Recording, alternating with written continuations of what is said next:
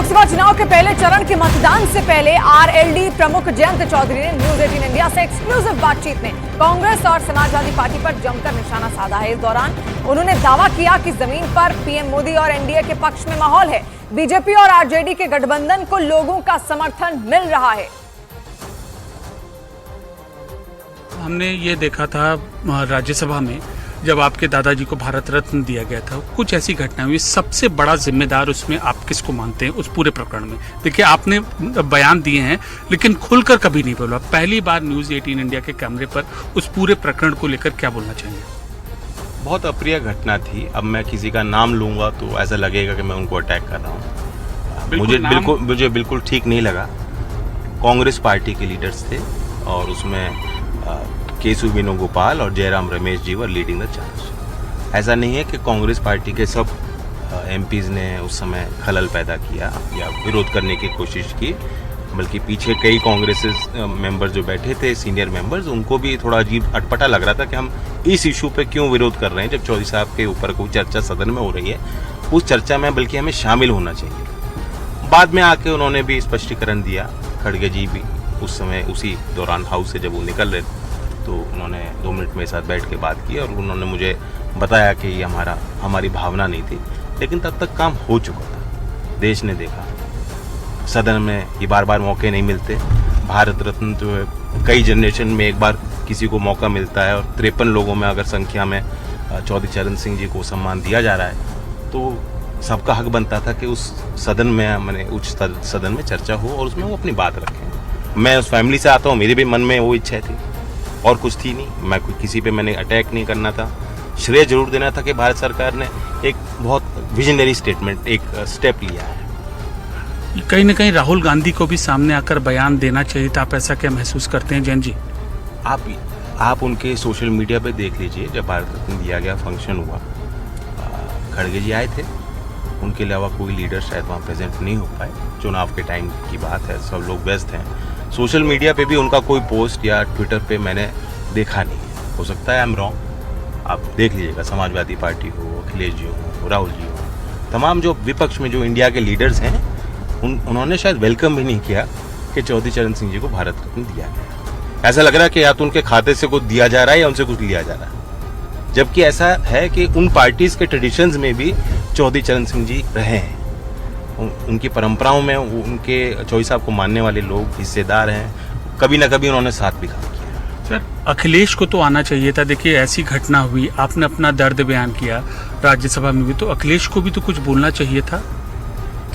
अब पता नहीं क्यों चुनाव आ रहे हैं तो सब लोग उसको एक सीमित दृष्टि से देख रहे हैं और सरकार पे भी जब वो श्रेय नहीं देना चाहते थे नरेंद्र मोदी जी को, भारत सरकार को, क्या आपने कदम लिया है, तो उन्होंने यही अटैक किया, मुझ पे ही अटैक किया कि देखो लॉलीपॉप दे दिया या मुझे खरीदने के लिए ये फैसला ले लिया। किसी को भारत दे के कोई खरीद सकता है? तो इसका मतलब कि आप अखिलेश के इस लॉलीपॉप के बयान से आहत हैं? मैं ही नहीं आहत हूँ, लोगों के समझ वो बात नहीं है। उन लोगों के गले से नहीं उतरी जिन्होंने देखा है कि किस तरह चौधरी चरण सिंह जी ने उत्तर प्रदेश में किसानों के लिए, देश में किसानों के लिए काम किया।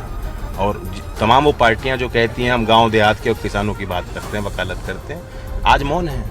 जैन जी, आप एक पीएम की भी रैली में हमने आपको देखा, अमित शाह जी की भी रैली में आपको देखा, तो जिस तरीके से आप उनको सपोर्ट कर रहे हैं यहाँ पर, क्या आपको वैसा सपोर्ट मिल रहा है? आपने तो 4 सीट की डिमांड की थी, मिली तो सिर्फ 2 सीट। ज्यादा मिल सकती थी, आगे भागीदारी और हम चाहेंगे पार्टी का विस्तार हो, लेकिन ऑन ग्राउंड सपोर्ट पूरी तरीके से मिल रहा है।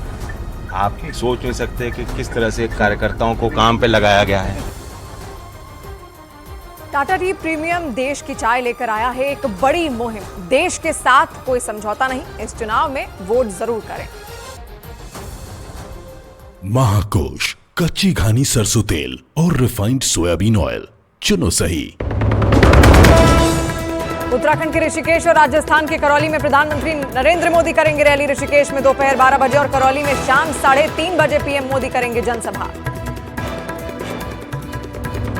हमारे की पत्रिका न्यूज वीक के कवर पेज पर पीएम मोदी की तस्वीर के साथ लिखा गया अनस्टॉपेबल। पीएम ने इंटरव्यू में धार्मिक भेदभाव का आरोप लगाने वालों पर साधा निशाना। कहा, भारत में रहने वाले सभी धर्मों के अल्पसंख्यकों के साथ एक जैसा व्यवहार। राजस्थान के बीकानेर में विदेश मंत्री एस जयशंकर का आतंक पर करारा जवाब। कहा, अगर आज के भारत में आतंकवादी घटना होगी तो जवाब उरी और बालाकोट से दिया जाएगा। आज का भारत अगर कोई आतंकवादी घटना हो, हमारा जवाब जो है वो उरी का है और वो बालाकोट का है। महाकोश कच्ची घानी सरसों तेल और रिफाइंड सोयाबीन ऑयल चुनो सही।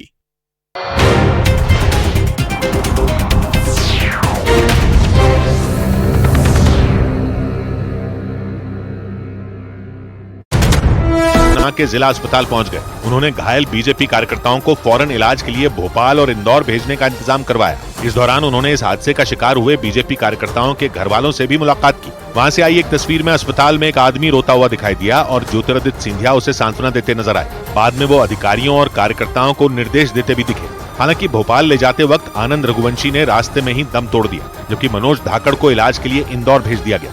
जानकारी के मुताबिक जिस कार से हादसा हुआ उस कार में 2 लोग सवार थे। इनमें एक दिल्ली के नजदीक यूपी के नोएडा और दूसरा हैदराबाद का रहने वाला बताया गया। दोनों गुना में पायलट की ट्रेनिंग ले रहे हैं। पुलिस के मुताबिक दोनों शराब के नशे में थे और उसी वजह से उन्होंने बीजेपी के तीनों कार्यकर्ताओं को रौंद दिया। हादसे के बाद दोनों आरोपियों को पुलिस ने गिरफ्तार कर लिया। और इस बीच केंद्रीय मंत्री ज्योतिरादित्य सिंधिया सड़क हादसे में मारे गए बीजेपी कार्यकर्ता आनंद रघुवंशी की अंतिम यात्रा में भी शामिल हुए। आनंद रघुवंशी मध्य प्रदेश के शिवपुरी के रहने वाले थे और वो एक रोज पहले बीजेपी के 2 कार्यकर्ताओं के साथ इस भयानक हादसे का शिकार हो गए थे। हालांकि आनंद रघुवंशी को इलाज के लिए फौरन भोपाल रेफर कर दिया गया था, लेकिन रास्ते में ही उनकी मौत हो गई। उनकी मौत के बाद उनके परिवार पर दुखों का पहाड़ टूट पड़ा। उनकी अंतिम यात्रा में ज्योतिरादित्य सिंधिया भी शामिल हुए। इस दौरान वहां आनंद रघुवंशी के घर वाले रोते बिलखते रहे। वहां से जो तस्वीरें सामने आई उनमें एक तस्वीर में ज्योतिरादित्य सिंधिया फूल चढ़ाकर उन्हें श्रद्धांजलि देते दिखाई दिए। उनके श्रद्धांजलि देने के बाद आनंद रघुवंशी के शव को बीजेपी के झंडे में लपेटा गया। वहां से आई एक दूसरी तस्वीर में ज्योतिरादित्य सिंधिया उनकी अर्थी को कंधा देते भी नजर आए। बाद में ज्योतिरादित्य सिंधिया ने आनंद रघुवंशी के परिवार को ढाढ़स बंधाया और उनके परिवार को हर मुमकिन मदद देने का भरोसा दिया। इस बीच अरविंद केजरीवाल को मुख्यमंत्री पद से हटाने की एक और याचिका खारिज हो गई। दिल्ली के मुख्यमंत्री अरविंद केजरीवाल को पद से हटाने की मांग वाली तीसरी याचिका भी दिल्ली हाईकोर्ट ने खारिज कर दी। इसके साथ ही कोर्ट ने याचिकाकर्ता संदीप कुमार को फटकार लगाते हुए उन पर 50,000 रुपए का जुर्माना भी लगा दिया। अदालत ने उन्हें चेतावनी दी कि वो न्यायिक व्यवस्था का माहौल न उड़ाएं। दिल्ली शराब घोटाला मामले में दिल्ली हाईकोर्ट से राहत न मिलने के बाद मुख्यमंत्री अरविंद केजरीवाल ने सुप्रीम कोर्ट में याचिका दाखिल कर दी। हालांकि खबर है कि उनकी इस याचिका पर सोमवार से पहले सुनवाई संभव नहीं है। एक दिन पहले ही दिल्ली हाईकोर्ट ने अरविंद केजरीवाल की गिरफ्तारी को सही ठहराया था। चुनाव आयोग ने चुनाव प्रचार के लिए होर्डिंग और विज्ञापनों पर प्रिंटर और प्रकाशकों के नाम लिखने को जरूरी कर दिया। आयोग ने बेनामी राजनीतिक होर्डिंग और विज्ञापनों पर रोक लगा दी और